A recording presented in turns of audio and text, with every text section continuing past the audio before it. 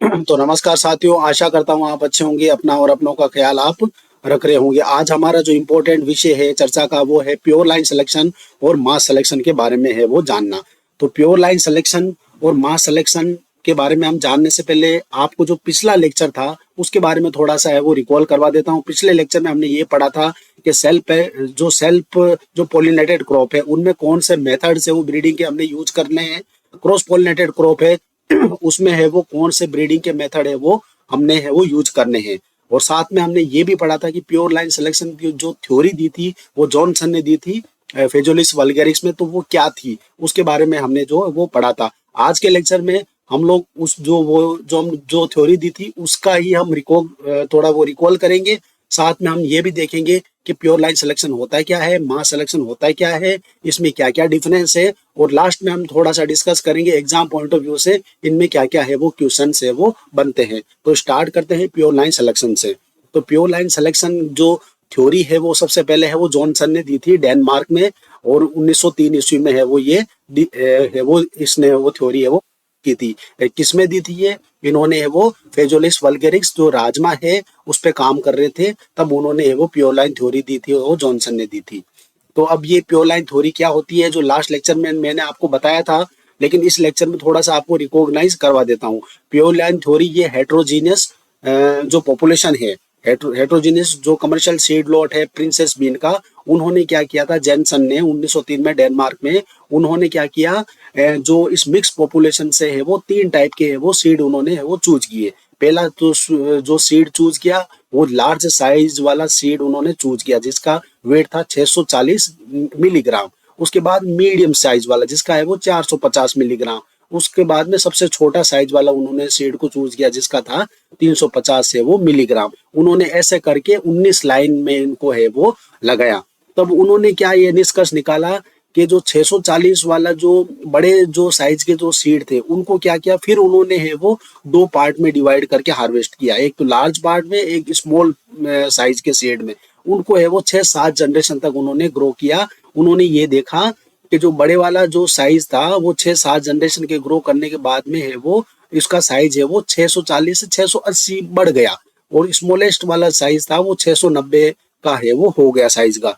लेकिन उन्होंने ये देखा कि जो प्योर लाइन में सिलेक्शन किया उन्होंने with in the pure line, it was a ineffective, क्योंकि जो साइज में जो वेरिएशन आया 680 का और 690 में, वो क्या था, एक बहुत ही कम है, बहुत ही माइनर है। तो उन्होंने ये मतलब निष्कर्ष निकाला कि प्योर लाइन में सिलेक्शन है हम करते हैं तो वो क्या है, इनइफेक्टिव है, उसका कोई मतलब नहीं है। आप देख सकते हो 680 यहाँ पे है वो जो मिलीग्राम में वो साइज है इसका लार्ज साइज सीड का, और यहाँ पे स्मॉलेस्ट साइज का है वो 690 है। बहुत ही कम वेरिएशन है, माइनर वेरिएशन है। तो उन्होंने यही निष्कर्ष निकाला कि प्योर लाइन सिलेक्शन में अगर हम सिलेक्शन करते हैं तो वो क्या है, इनइफेक्टिव है।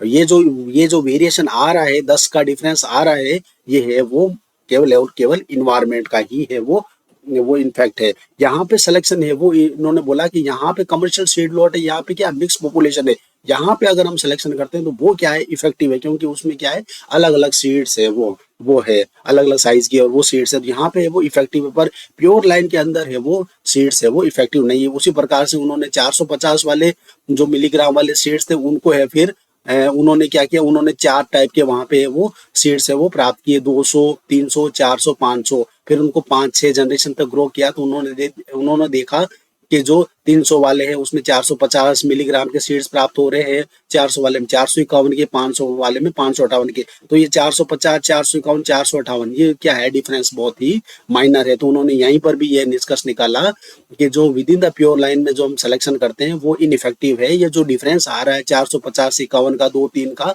ये आ रहा है इन्वायरमेंट की वजह से। बस इतना इन्होंने यही बोला है। तो अब बात करते हैं मेन जो मुद्दा है हमारा, मेन जो कहानी है वो है प्योर लाइन सिलेक्शन की।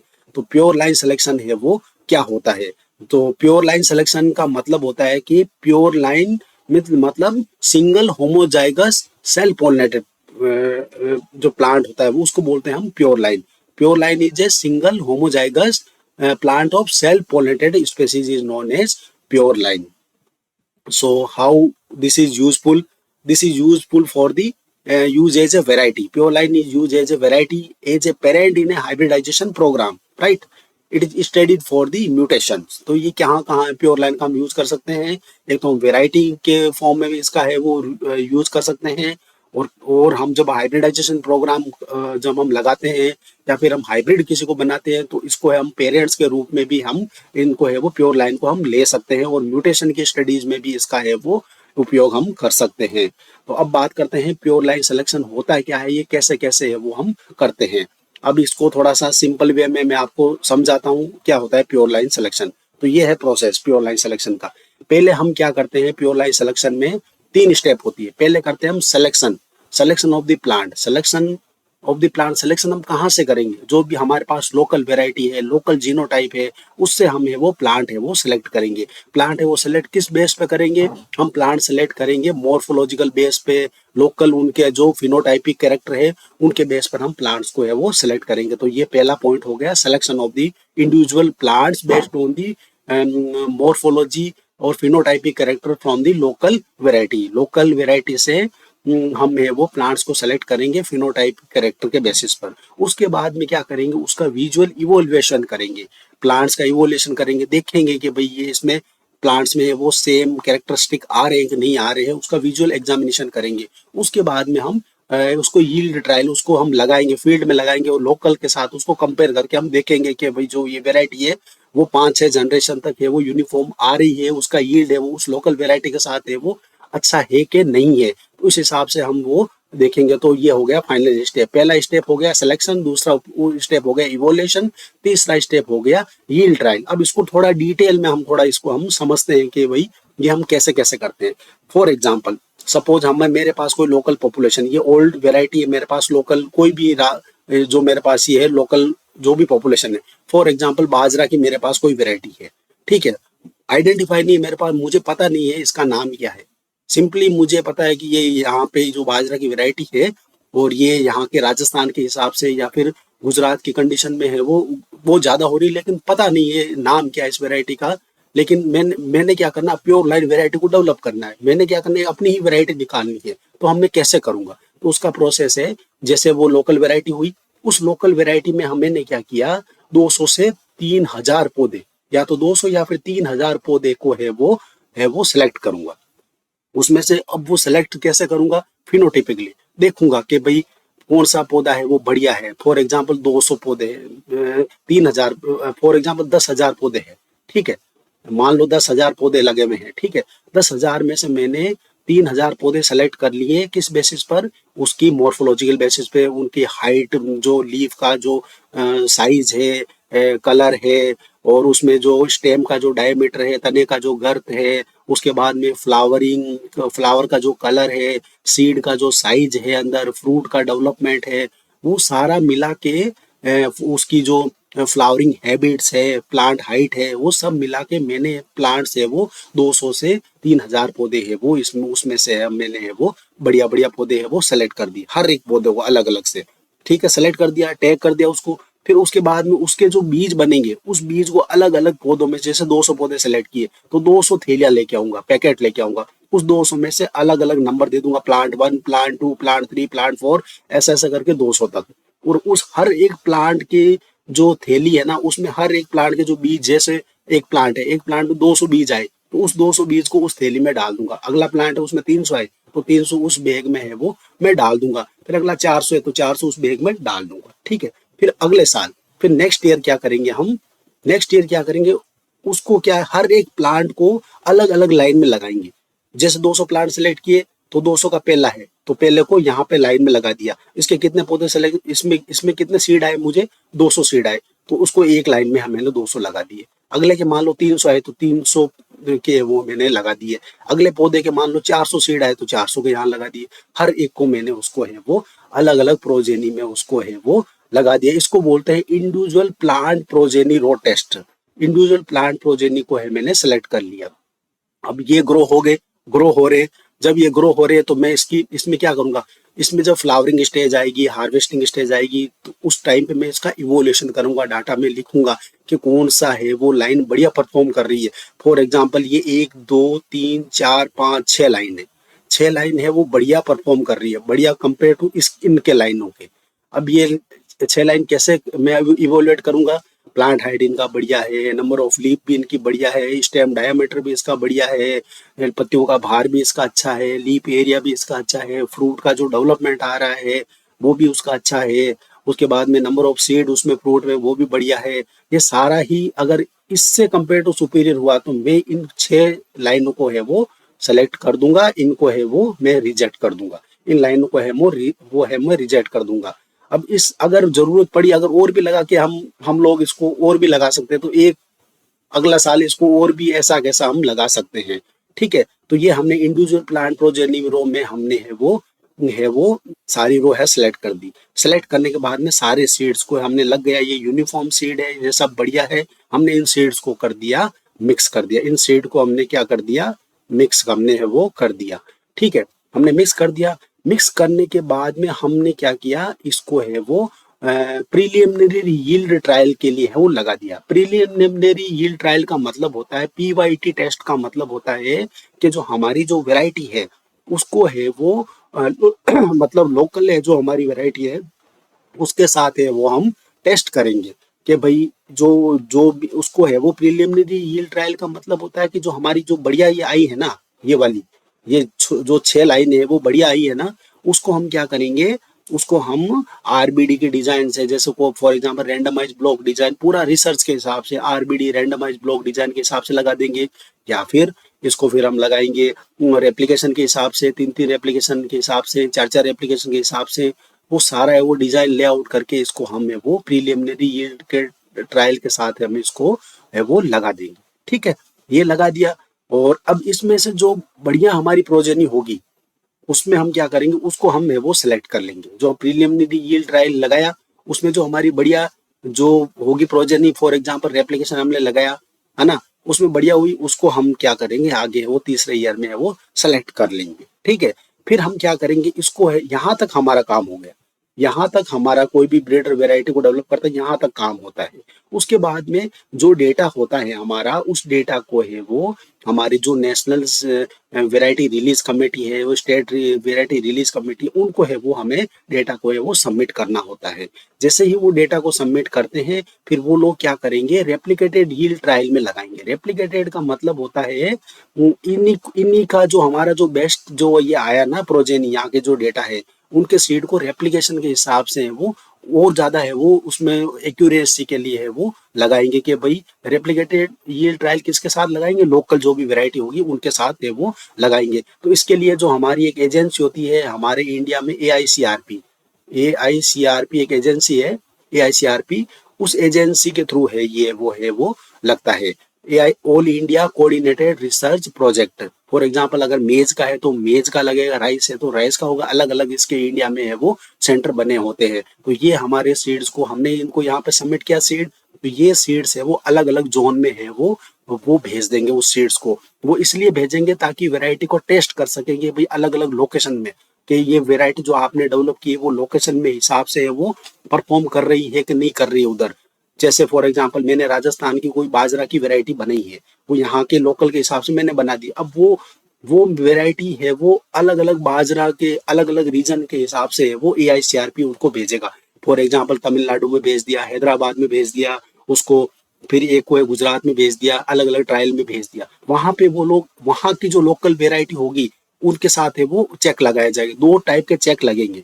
ठीक है, एक तो लगेगा लोकल जो वहां की ग्रोन है, एक लगेगा नेशनल लेवल का चेक जो एक नेशनल लेवल पे वर्ल्ड वाइड है। जैसे बाजरा की वैरायटी है मेरी कोई भी बाजरा की मैंने वो यहाँ से प्योर लाइन सिलेक्शन करके एआईसीआरपी को भेजी, एआईसीआरपी उसको है वो अलग अलग लोकेशन में भेज दिया। वहां पे वो 2 टाइप के वो 2 टाइप से वो कंपेरिजन होगा। एक तो वहां की जो लोकल वेरायटी ग्रो हो रही है उसके साथ वो मेरी जो वेरायटी अभी मैंने एआईसीआरपी में भेजी है उसके साथ है वो कंपेयर होगा। साथ ही में एक नेशनल चेक भी लगेगा जो नेशनल लेवल पर वर्ल्ड वाइड है उसके साथ भी है वो चेक लगेगा और वहां पे परफॉर्मेंस देखा जाएगा कि ये जो वेरायटी है फलानी वेरायटी है वो हमारी इस लोकल एरिया के लोकल जो वेरायटी उससे सुपीरियर है कि नहीं है, स्टेबिलिटी उसमें है कि नहीं है, कोई डिस्टिंक्ट कैरेक्टर है कि नहीं या सेम है, डिस्टिंक्ट एंड यूनिफॉर्मिटी स्टेबिलिटी है वो चेक करेंगे।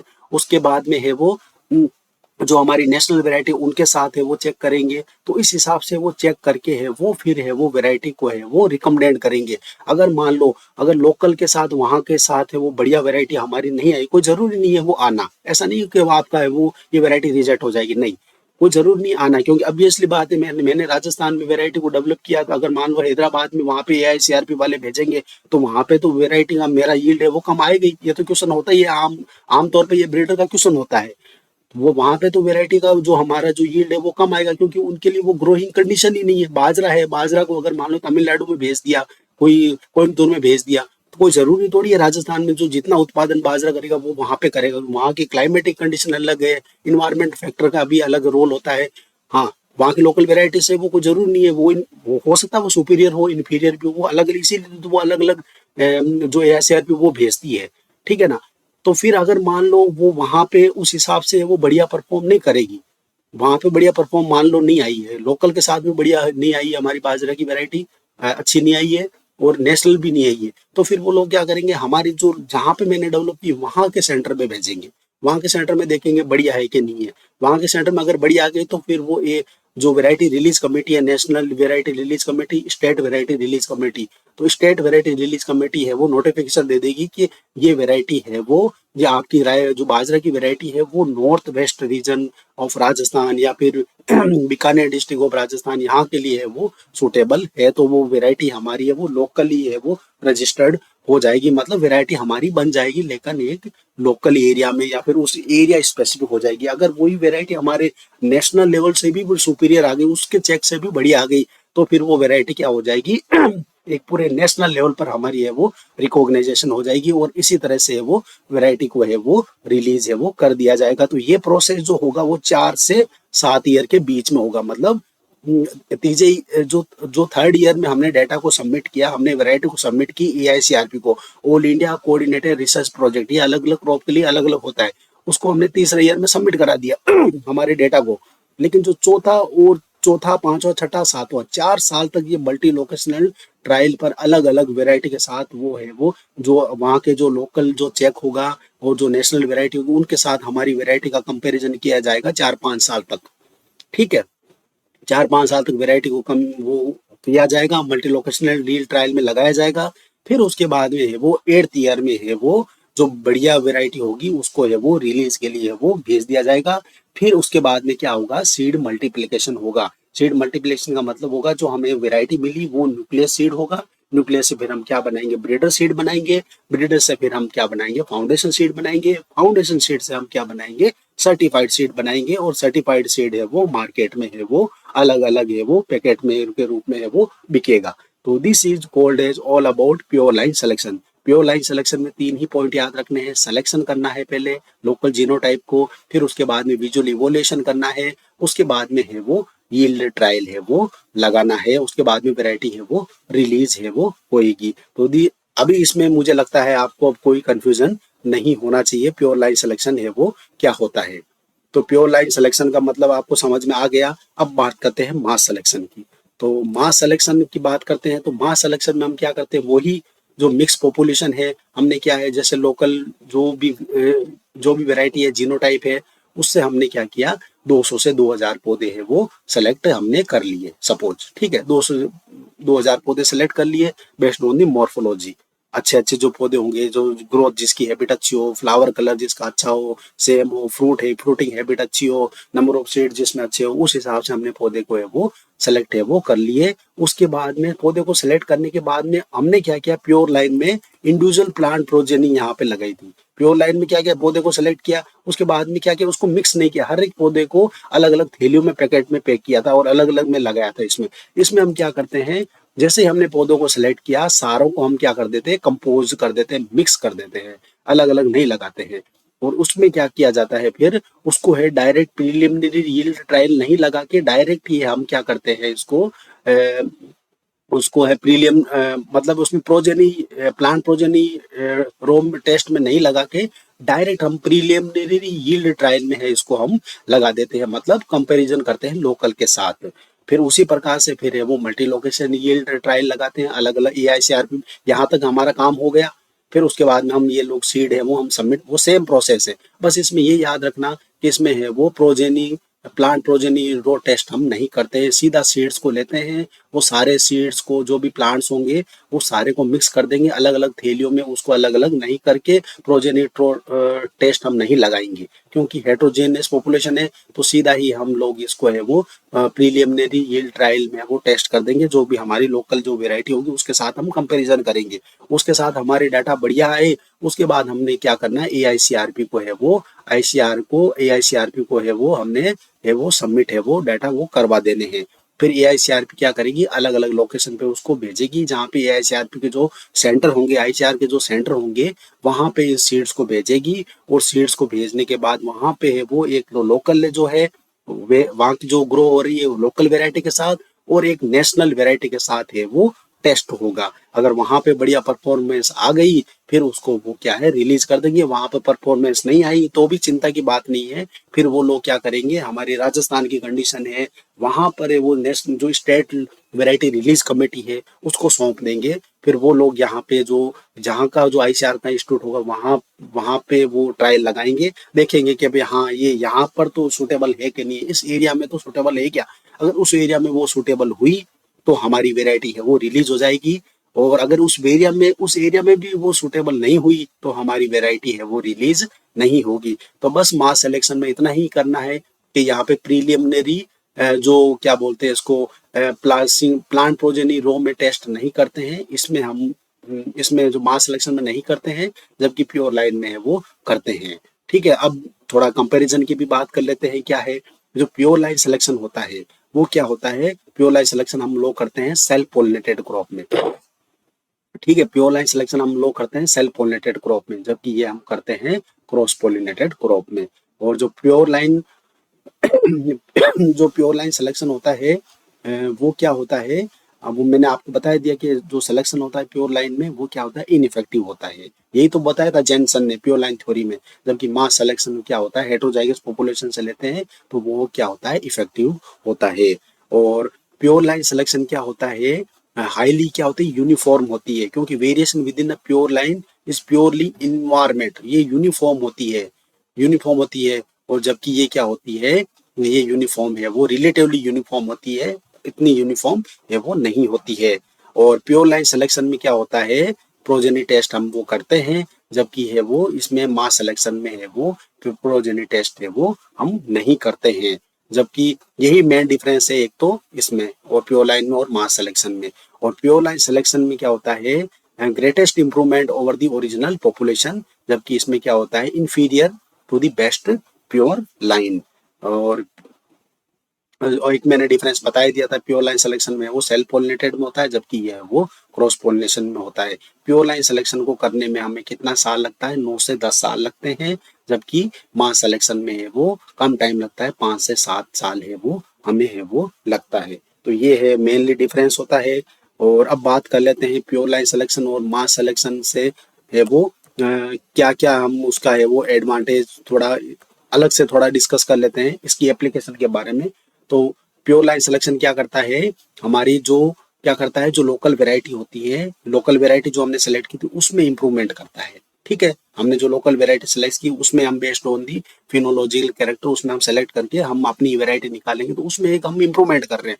ठीक है, एग्जिस्टेंस तो कोई नया नहीं बना रहे हैं प्योर लाइन सिलेक्शन से, ऐसा नहीं कि हमने कोई नया बनाया ना, वो एग्जिस्टेंस वैरायटी थी हमारी जिसका हमें नाम नहीं पता था, उसी में हमने क्या है इंप्रूवमेंट किया। हमारे ये इंप्रूवमेंट हमने है वो अपने दिमाग के बेसिस पे, सिलेक्शन के बेसिस पे, हमारी इंटेलिजेंस की बेसिस पे हमने एक वैरायटी अलग से निकाली जो कि लोकल से भी अच्छी है, तो उस हिसाब से हमने लोकल में वो इम्प्रूवमेंट किया, हमें मिल गया। जैसे जैसे चावल की खोज हुई थी ना, चावल की खोज हुई थी अपने चाइना में, है ना, तो चाइना में चावल की खोज हुई थी, तो चावल पहले क्या था, छोटे छोटे चावल उन्होंने नदियों के किनारे वो 10,000 साल पहले वो पाए पाए जाते थे। तो चाइनीज लोगों ने क्या किया, जो बड़े बड़े जो दाने थे उनको इकट्ठा करना स्टार्ट कर दिया, बड़े बड़े दानों को फिर लगाना स्टार्ट कर दिया। उन बड़े दानों में से फिर उन्होंने देखा कि कौन से है वो बड़े और लंबे दाने भी हैं, उनको उन्होंने अलग अलग कर दिया। फिर उन लंबे दानों में भी उन्होंने देखा कि कौन से है वो जो दाने जो लंबे भी है, बड़े भी है, साथ में मोटाई में भी है वो अच्छे हैं, उनको अलग अलग करना स्टार्ट कर दिया। तो ऐसे ऐसे करके बहुत सालों तक उन्होंने एक नया ही, अभी जो हम खा रहे हैं वैरायटी बासमती चावल, वो उन्होंने निकाल दिया, लंबे दावत जो लंबे लंबे होते हैं चावल।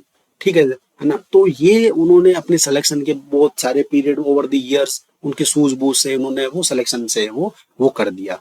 ठीक है, तो प्योर लाइन सिलेक्शन में क्या होता है, हम वेराइटी को इंट्रोड्यूस कर सकते हैं, हमारी जो जो भी वेराइटी है वो नई इंट्रोड्यूस हो सकती है उसमें। Improvement in the old pure line variety, जो ओल्ड प्योर लाइन वेराइटी है उसमें हम वो इंप्रूवमेंट इसमें है वो कर सकते हैं। लेकिन अभी यही क्वेश्चन आता है कि इसमें सिलेक्शन है वो इफेक्टिव नहीं है, बहुत कम चांस होता है कि ये वो ओल्ड इंप्रूवमेंट वेराइटी को इंप्रूवमेंट करने में। Selection of the new characteristic in a pure line. ठीक है, so these are the some application of the pure line selection. और थोड़ा मास सिलेक्शन के बारे में भी थोड़ा सा हम जान लेते हैं। मास सिलेक्शन का प्रोसेस तो मैंने बता ही दिया, थोड़ा सा हम जान लेते हैं कि ये क्या होता है। एग्जाम पॉइंट व्यू से इसमें ये पूछता है कि कौन सा ब्रीडिंग मेथड है वो सिंपलेस्ट एंड ओल्डेस्ट मेथड है। तो सबसे ज्यादा सिंपलेस्ट एंड ओल्डेस्ट मेथड हो गया आपका mass selection method, simplest and oldest methods होता है ये। तो these are the all about the self pollination and pure line selection and mass selection. अब बात करते हैं इसमें है वो क्या क्या है वो क्वेश्चंस है वो पूछे जाते हैं। तो प्योर लाइन सिलेक्शन में यही यही क्वेश्चन पूछा जाता है कि प्योर लाइन सिलेक्शन है वो किसने दिया। तो सबसे पहले प्योर लाइन सिलेक्शन है वो जैनसन ने दिया। कौन से क्रॉप में दिया, वो दिया था इसमें फेजोलिस वल्गेरिस में, राजमा में। ठीक है, तो उन्होंने बीन्स में है वो उन्होंने है वो प्योर लाइन सिलेक्शन वो है वो थ्योरी है वो उन्होंने है वो दी थी। अब पूछते हैं कि प्योर लाइन सिलेक्शन का है वो है वो वेराइटी वो किस में है वो यूज होता है। लाइन सिलेक्शन है वो सेल्फ पोलिनेटेड क्रॉप में है वो यूज होता है। और क्रॉस जो मास सिलेक्शन है वो किस में यूज होता है, मास सिलेक्शन है वो क्रॉस पोलिनेटेड क्रॉप में यूज होता है। मेनली क्रॉस पोलिनेटेड में है वो यूज होता है, सेल्फ पोलिनेटेड में भी कर सकते हो, लेकिन मेनली किस में यूज होता है वो मास सिलेक्शन में यूज होता है। और मास सिलेक्शन से जो प्योर लाइन सिलेक्शन जो वेराइटी बनेगी उसमें टाइम है वो ज्यादा लगेगा, 9 से 10 साल लगता है, जबकि मास सिलेक्शन में वेराइटी जो है वो टाइम है वो कम लगता है। क्वेश्चन ये पूछते हैं, एक क्वेश्चन ये पूछते हैं कि मास सिलेक्शन में क्या है वो प्रोजेनी टेस्टिंग होती है क्या। तो मास सिलेक्शन में है वो प्लांट प्रोजेनी टेस्टिंग है वो नहीं होती है, जबकि प्योर लाइन सिलेक्शन में है वो हम सिंगल प्लांट प्रोजेनी जो है वो टेस्टिंग होती है। उसको जो अलग उसमें हम जो मिक्स पॉपुलेशन में हम सीड्स को लेते हैं वो मिक्स नहीं करते, अलग अलग थैलियों में पैकेट करके अगले साल है वो अलग अलग प्लांट से अलग अलग सीड्स को हम उसमें एक एक रो में हम लगाते हैं। तो प्योर लाइन सिलेक्शन में हम मिक्स नहीं करते हैं, मास सिलेक्शन में भी जितने भी सीड्स होते हैं वो मिक्स हो जाते हैं। और प्योर लाइन सिलेक्शन क्या होता है, अडोप्टेबिलिटी इसकी है वो नेरो होती है, जबकि और लोअर स्टेबिलिटी होती है। नेरो अडोप्टेबिलिटी क्यों होगी, क्योंकि इसके जो जीन होते हैं वो क्या होते हैं, ये क्या होते हैं, होमोजाइगस होती है, होमोजाइगस होती है और होमोजीनियस होती है प्योर लाइन सिलेक्शन। तो इसलिए इसका जो अडोप्टेशन है वो क्या है, नेरो है ना, इसका अडोप्टेशन है नेरो है। जबकि मास सिलेक्शन क्या होते हैं, हेट्रोजाइगस हेट्रोजीनियस होती है, क्योंकि मिक्स पॉपुलेशन से ली होती है ये तो मिक्स पॉपुलेशन से ली होती है ना, इसमें कोई मतलब प्रोजेनी टेस्ट नहीं करते, तो मिक्स पॉपुलेशन से ली होती है। तो इसका क्या होता है, अडोप्टेबिलिटी है वो ज्यादा होती है और ग्रेटर है वो स्टेबिलिटी होती है। अडोप्टेबिलिटी का मतलब एग्जाम्पल के तौर पे अगर हम समझे, जैसे बाजरा की वेराइटी है, बाजरा की वेराइटी राजस्थान की कंडीशन में 50 क्विंटल आ रहा है, उसको तमिलनाडु में लगा है तो वहां पे क्या आ रहा है, 40 क्विंटल आ रहा है। और हैदराबाद अगर उसको यहाँ पे आंध्र प्रदेश में लगा है तो वहां पे 20 क्विंटल आ रहा है। तो यहाँ पे क्या है, नेरो अडोप्टेबिलिटी इसकी क्या है, इस वेराइटी की है वो कम है, स्टेबिलिटी है वो कम है, अलग अलग है वो यील्ड आ रही है। लेकिन मास सिलेक्शन क्या होता है, ये अडोप्टेबिलिटी इनकी ज्यादा है, ये हर जगह है वो अडोप्टेबल कर जाएगी, कुछ ना कुछ है वो दे जाएगी। मास सिलेक्शन आपको इसको सिंपल तरीके से अगर आप समझो तो इसको इस हिसाब से समझ सकते हो कि प्योर लाइन सिलेक्शन का मतलब होता है कि एक बेस्ट मैन है, एक बेस्ट मैन है जो स्पेसिफिक ही है, उसका बेस्ट मतलब बैटिंग ही वो कर सकता है, बॉलिंग है वो नहीं कर सकता, स्पेशलाइजेशन है ना, तो वो है प्योर लाइन। मास सिलेक्शन क्या होता है, इसमें क्या होता है, इसमें सारे ही है, इसमें बैटर भी है, इसमें एक बैटर है जो बैटिंग भी कर सकता है, बॉलिंग भी कर सकता है, फील्डिंग भी अच्छी से कर सकता है। तो वो क्या है, मास सिलेक्शन अलग अलग जगहों पर। जबकि ये प्योर लाइन सिलेक्शन मतलब एक बैटर है वो एक ही कंडीशन में है वो अच्छा है परफॉर्म करता है। तो कुछ इस हिसाब से आप इसको लिंक करके वो याद रख सकते हो। तो thank you for today. Pure line selection and mass selection आज कंप्लीट हो गया। अब नेक्स्ट हम आगे का जो वीडियो आएगा उसमें अलग है वो कौन सा ब्रीडिंग मेथड है वो हम थे वो डिस्कस करेंगे। तो थैंक यू फॉर टुडे।